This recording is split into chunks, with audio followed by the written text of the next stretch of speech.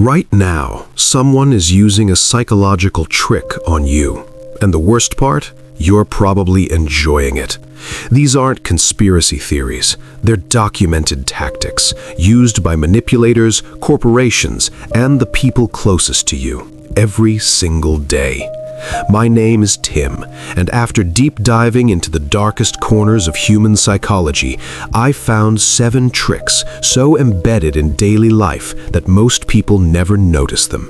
By the end of this video, you will.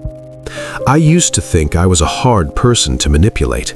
I trusted my instincts. I read people well. Then I started studying dark psychology, and I realized I'd been played for years by the same 7 tactics. What made it worse? Some of them felt good.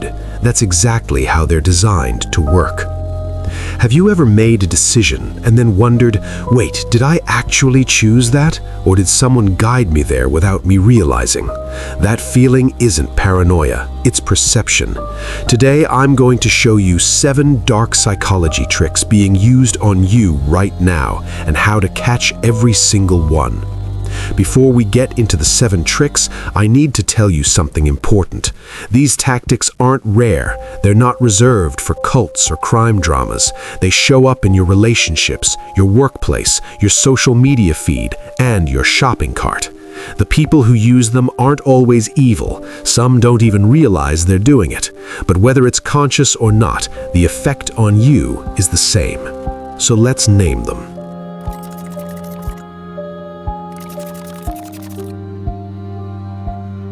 Trick number 1. Love bombing. Imagine someone enters your life and immediately makes you feel like the most important person in the world. Constant texts, compliments every hour, gifts you didn't ask for, plans for the future after 3 weeks. It feels incredible, and that's the point. Love bombing is the calculated flooding of affection designed to create emotional dependency before you've had time to evaluate who this person actually is. By the time the warmth starts to fade, and it always fades, you're already hooked. You're chasing the high of who they were in week 1. The red flag isn't the affection, it's the speed and the volume. Real love builds. This accelerates. If someone makes you feel overwhelmingly special before they've truly earned it, slow down. That feeling is data. Trick number 2. Gaslighting. You remember something clearly. You were there. You know what was said. And then someone looks you in the eye and tells you that never happened. Or worse, you're being too sensitive. You're imagining things. You always do this. Gaslighting is the systematic dismantling of your trust in your own perception. It works because we're social creatures. When someone we trust contradicts our memory, our brain second-guesses itself. Over time, the victim stops trusting their own judgment and starts outsourcing reality to the abuser. The defense is simple. Document everything. Dates, times, exact words. Not because you're paranoid, because memory is the first thing a gaslighter attacks. Your journal is your witness.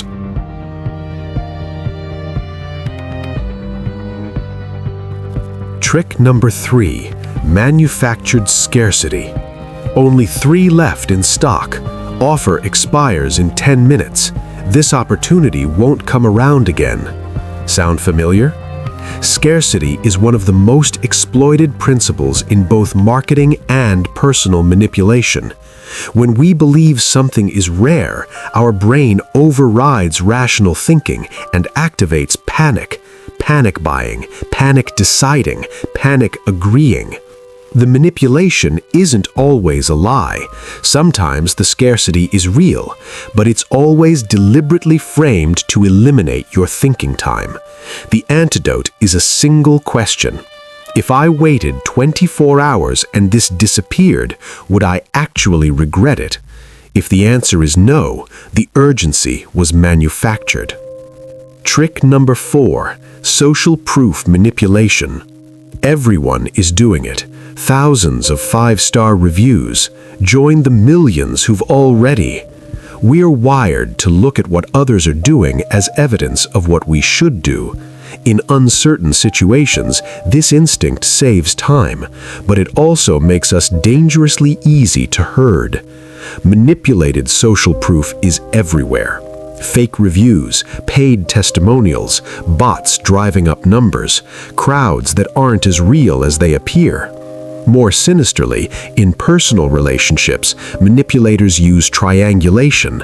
They tell you everyone agrees with them, that your mutual friends think you're the problem, you versus the crowd, isolated. Before you let the crowd decide for you, ask who built the crowd and why. Quick pause. If this is making you uncomfortable, good.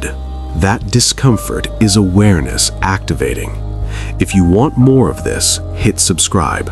Every week we go deeper into the psychology they never taught you. Back to the list. Trick number 5. The foot in the door technique. It starts small. Can you do me this one favor?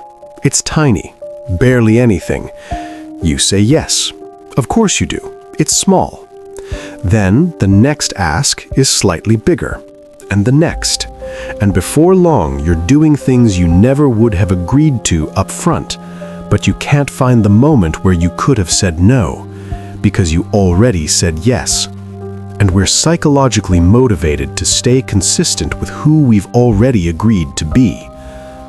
The moment to catch this isn't at the big ask. It's at the first small one. Ask yourself, if they asked me for the full thing right now, what would I say?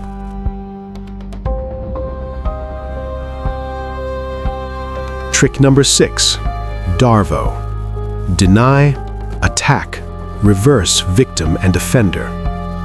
You confront someone about something they did, something real, something that hurt you, and suddenly you're the one apologizing. They deny it happened, then they attack your character for even bringing it up. Then they reframe the entire situation so they become the victim of your accusation. DARVO weaponizes your own empathy against you. Your instinct to be fair, to hear them out, to consider their perspective, all used to flip the narrative. The moment someone responds to your legitimate concern by making you feel guilty for having it, that's the flag. You don't have to accept a reframe of reality you know to be true. Trick number 7, and this one might be the most powerful of all. Intermittent reinforcement. Think about a slot machine. You don't win every time. You win sometimes, randomly. And that randomness is precisely what makes it addictive. Your brain locks on to the pattern or the hope of a pattern, and it cannot let go. Now apply that to a person.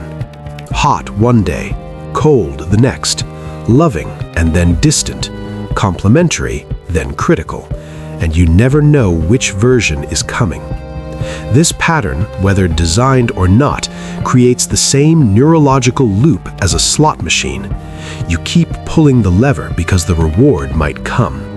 It's one of the most common dynamics in toxic relationships and the most binding, because the intermittent warmth feels more valuable than constant warmth ever would. If someone's treatment of you feels like gambling, that's not love. That's conditioning. 7 tricks. And the reason I want you to know all of them isn't to make you paranoid. It's not to make you someone who trusts no one. It's to give you something that cannot be taken from you, a name for the feeling. Because here's what all 7 of these tactics have in common. They work best in the dark. The moment you can name what's being done to you, its power starts to dissolve. You can't unsee a pattern once you see it. Awareness isn't armor, it's a mirror, and manipulators cannot operate in front of mirrors for very long. Trust your perception, document your reality, Slow down when someone creates urgency. And remember, the most powerful thing a manipulator can take from you isn't your time or your trust. It's your belief in your own mind. If this video changed how you see something in your life right now, share it with someone who needs to hear it. That's how this knowledge spreads. There's a video on screen right now that goes even deeper into one of the tactics we covered today. Watch it next. I'll see you there.